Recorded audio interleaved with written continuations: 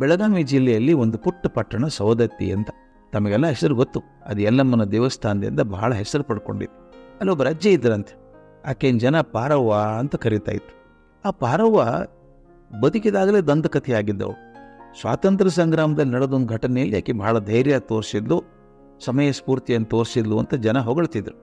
ಅದನ್ನು ಕೇಳಿದಂಥ ಬೆಳಗೆರೆ ಕೃಷ್ಣಶಾಸ್ತ್ರಿಗಳು ಆಕೆ ನೋಡಬೇಕು ಅಂತ ಸೌದತ್ತಿಗೆ ಹೋದರು. ಆ ಮುದುಕಿ ಮನೆ ವಿಳಾಸನ್ನೆಲ್ಲ ಸರಿಯಾಗಿ ವಿಚಾರಿಸಿ ತಿಳ್ಕೊಂಡಿದ್ರು. ಸೌದತ್ತಿಯನ್ನು ತಲುಪಿದಾಗಲೇ ಬೆಳಗ್ಗೆ 8:30 ಆಗಿತ್ತು. ಥಂಡಿ ದಿವಸ, ಚಳಿಗಾಲ. ಯಾರ್ಯಾರನ್ನೋ ಕೇಳ್ಕೊಂಡು ಶಾಸ್ತ್ರಿಗಳು ಪಾರವ್ವನ ಮನೆ ಮುಟ್ಟಿದ್ರು. ಆಗ ಅಜ್ಜಿ ಮನೆ ಮುಂದೆ ಆ ಹೂ ಬಿಸಿಲಿರುತ್ತಲ್ಲ, ಬಿಸಿಲ ಮೈ ಕಾಯಿಸ್ಕೊಂಡು ಕೂತಿದ್ರು. ಆಕೆಗೆ ಸುಮಾರು 75-76 ವರ್ಷ ವಯಸ್ಸಿರಬೇಕು. ತಲೆಯೆಲ್ಲ ನೆರೆತು ಹೋಗಿದೆ, ಸ್ವಲ್ಪ ನೆರಿಗೆಗಟ್ಟಿದ ಮುಖ, ಮಾಸಿದ ಸೀರೆ, ಅದರ ಕಾಂತಿಯುತವಾದ ಕಣ್ಣುಗಳು. ಇವ್ರು ಹೋದ ತಕ್ಷಣ ಹುಬ್ಬಿ ಕೈ ಏರಿಸಿ, ಯಾರಪ್ಪ ನೀನು ಅಂತ ಕೇಳಿದ್ಲು. ಇವರು, ನೀವೇ ಪಾರವ್ವ ಅಲ್ವೇ, ನಿಮ್ಮ ನೋಡೋದ ಚಿತ್ರದುರ್ಗದಿಂದ ಬಂದಿದ್ದೇನೆ ಅಂದರು. ಓ, ಇವನೊಬ್ಬ ಕಮ್ಮಿ ಆಗಿದ್ದ ಅಂದ್ಕೊಂಡು ಇವ್ರು ಕೇಳುವಂತಾನೆ ಬೇಸರ ಮಾತಾಡಿದ್ರು. ಹೇಳಪ್ಪ, ಯಾಕೆ ಬಂದೆ ಅಂತ ಇವ್ರ ಕಡೆ ತಿರುಗಿ ಕೂತ್ಕೊಂಡ್ಲಂತೆ. ಇವರು, ಅಜ್ಜಮ್ಮ, ನೀವು ಬ್ರಿಟಿಷರ ಕಾಲದಲ್ಲಿ ಜೈಲಿಗೆ ಹೋಗಿದ್ದೀರಂತೆ, ಹೌದೇ? ಆ ವಿಷಯಕ್ಕೆ ನಿಮ್ಮಿಂದ ಕೇಳಬೇಕು ಅಂತ ಅಲ್ಲಿಂದ ಬಂದಿದ್ದೇನೆ ಅಂದರು ಶಾಸ್ತ್ರಿಗಳು. ನೀನು ಅದಕ್ಕೆ ಬಂದೇನಪ್ಪ ಅಂಥೇಳಿ ನಿರುತ್ಸಾಹ ತೋರಿಸಿದ್ರು ಮುದುಕಿ. ಶಾಸ್ತ್ರಿಗಳು ಬಿಡ್ಬೇಕಲ್ವ? ಹೌದಜ್ಜಿ, ನೀವು ಜೈಲಿಗೆ ಹೋದ ವಿಷಯವನ್ನು ನಿಮ್ಮ ಬಾಯಿಂದಲೇ ಕೇಳಬೇಕು ಅಂತ ಬಂದಿದ್ದೀನಿ. ಯಾವ ಕಾರಣಕ್ಕೆ ನಿಮ್ಮನ್ನು ಜೈಲಿಗೆ ಹಾಕಿದ್ರು ಬ್ರಿಟಿಷರು ಅಂತ ಪ್ರಶ್ನೆ ಮಾಡಿದರು. ಆಗ ಅಜ್ಜಿ, ಹೌದಪ್ಪ, ನಾ ಜೈಲಿಗೆ ಹೋಗಿದ್ದೆ. ಯಾಕಂದ್ರೆ ಒಂದು ದಿವಸ ಈ ಗಾಂಧಿ ಮಂದಿ ಇದ್ದಾರಲ್ಲ, ಗೋಕಾಕದ ಸರ್ಕಾರಿ ಕಚೇರಿ ಮೇಲೆ ಬಾವುಟ ಹಾರಿಸ್ಬೇಕು ಅಂತ ತೀರ್ಮಾನ ಮಾಡ್ಕೊಂಡಿದ್ರು. ಬಾವುಟ ತಗೊಂಡು ಹೋಗಿದ್ದಾರೆ.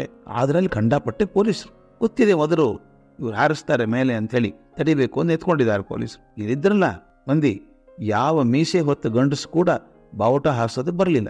ನನಗೆ ಸಿಟ್ಟು ಬಂತು. ಮುಂದೆ ಹೋಗಿ ಈ ಗಾಂಧಿ ಮಂದಿ ಕೈಯಲ್ಲಿತ್ತಲ್ಲ ಬಾವುಟ, ಅದನ್ನು ತಗೊಂಡು ಹಿಂದಿಂದ ನಾನೇ ಕಚೇರಿ ಮೇಲೆ ಹತ್ತಿ ಹಾರಿಸ್ಬಿಟ್ಟೆ ಅಂದ್ಲು. ಮತ್ತೆ ಮಾತು ಮುಂದುವರ್ಸಿದ್ಲು. ಬಾವುಟ ಏನೋ ಹಾರಿಸ್ಬಿಟ್ಟೆ, ಕೆಳಗಿಳಿದು ಬಂದ ಕೂಡಲೇ ಪೊಲೀಸ್ ಹಿಡ್ಕೊಂಡು ನಡಿ ಜೈಲಿಗೆ ಅಂದರು. ನಾನೇನು ಹೆದರ್ತೇನೆ, ನಡಿ ಜೈಲಿಗೆ, ಅದಕ್ಕೆ ಯಾಕೆ ಹೆದರಿಕೆ, ನಡೆದೇ ಬಿಟ್ಟೆ. ನಾನು ಜೈಲಿಗೆ ಹಾಕಿದ್ರು ಅಷ್ಟೇ ಅಂದ್ಲು ಪಾರವ್ವ. ಎಷ್ಟು ದಿವಸ ಇದ್ರಿ ಜೈಲಲ್ಲಿ? ಶಾಸ್ತ್ರಿಗಳು ಕೇಳಿದ್ರಂತೆ. ಏನೋಪ್ಪ, 3-4 ತಿಂಗಳು ಇದ್ದಿರಬೇಕು ಅಂದ್ಲು ಅಜ್ಜಿ. ಆಗ ಶಾಸ್ತ್ರಿಗಳು ಹೇಳಿದ್ರಂತೆ, ಅಜ್ಜಮ್ಮ, ಈಗ ನಿಮ್ಮ ಉಪ್ಪಿನ ಕಾಲದಲ್ಲಿ ಸಹಾಯಕ್ಕೆ ಯಾರೂ ಇಲ್ಲ ಅಂತ ಕೇಳಿದ್ದೇನೆ. ಅದಲ್ಲದೆ ಈ ಸ್ವಾತಂತ್ರ್ಯ ಯೋಧರಿಗೆ ಪ್ರತಿ ತಿಂಗಳು ಸ್ವಲ್ಪ ಪಿಂಚಣಿ ಕೊಡ್ತಾರಂತೆ, ಪೆನ್ಷನ್ ಕೊಡ್ತಾರಂತೆ. ನೀವು ಅದಕ್ಕೂ ಅರ್ಜಿ ಹಾಕಲಿಲ್ಲಂತೆ. ಯಾಕೆ ಅರ್ಜಿ ಹಾಕಲಿಲ್ಲ? ಸರ್ಕಾರದಿಂದ ಹಣ ಬರ್ತಿತ್ತಲ್ಲ, ನಿಮಗೆ ಯಾಕೆ ತಗೋಬಾರ್ದು ಅಂತ ಕೇಳಿದ್ರು. ಆಗ ಅಜ್ಜಿ ಹೇಳಿದಂಥ ಮಾತು ಅದ್ಭುತ ಸ್ನೇಹಿತರೆ. ಸರ್ಕಾರದಿಂದ ಹಣ ಪಡೀಲಿಕ್ಕೆ ನಾನು ಕೂಲಿ ಕೆಲಸಕ್ಕೆ ಹೋಗಿದ್ದೇನೆ, ಯಾವತ್ತು ಬಾವುಟ ಹಾರಿಸೋದು ಕೂಲಿ ಕೆಲಸನ, ನಾನು ಗಾಂಧಿ ಕೆಲಸ ಅಂತ ಮಾಡಿದೆ ಅಂದ್ಲು. ಇದು ನನಗೆ ಮೈ ಜುಮ್ ಅಂದ್ಬಿಡುತ್ತೆ ಸ್ವಾಮಿ. ಸಣ್ಣ ಸಣ್ಣ ಕೆಲಸ ಮಾಡಿ ನಾ ದೇಶ ಸೇವೆ ಮಾಡಿದೆ ಅಂತ ಹೇಳ್ಕೊಂಡು ತಿರುಗ್ತೀವಲ್ಲ ಊರೂರು, ಸಣ್ಣ ದೇಶಕ್ಕೋಸ್ಕರ ಮಾಡಿದ ಕೂಲಿ ಕೆಲಸನ ಅದು ಕೂಲಿ ಪಡ್ಕೊಳ್ಬೇಕಾ? ಪಾರವ್ವನ ಮನಸ್ಸು ದೊಡ್ಡದು ನೋಡಿ.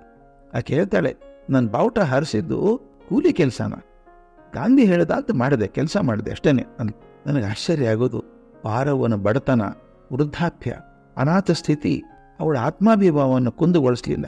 ಅಭಿಮಾನ ಹಾಗೆ ಇತ್ತಕ್ಕೆ. ಸಣ್ಣ ಸಣ್ಣ ಕೆಲಸಗಳಿಗೂ ಸರ್ಕಾರದ ದೇಣಿಗೆ ಕೈ ಚಾಚುವಾಗ, ಸರ್ಕಾರದನ್ನು ಕೊಡಬೇಕು ಅಂತ ಕೈ ಚಾಚುವಾಗ ಪಾರವ್ವ ನೆನಪಾಗಬೇಕು. ಅವಳ ಸ್ವಾಭಿಮಾನ ನಮ್ಮನ್ನು ಚುಚ್ಚಬೇಕು.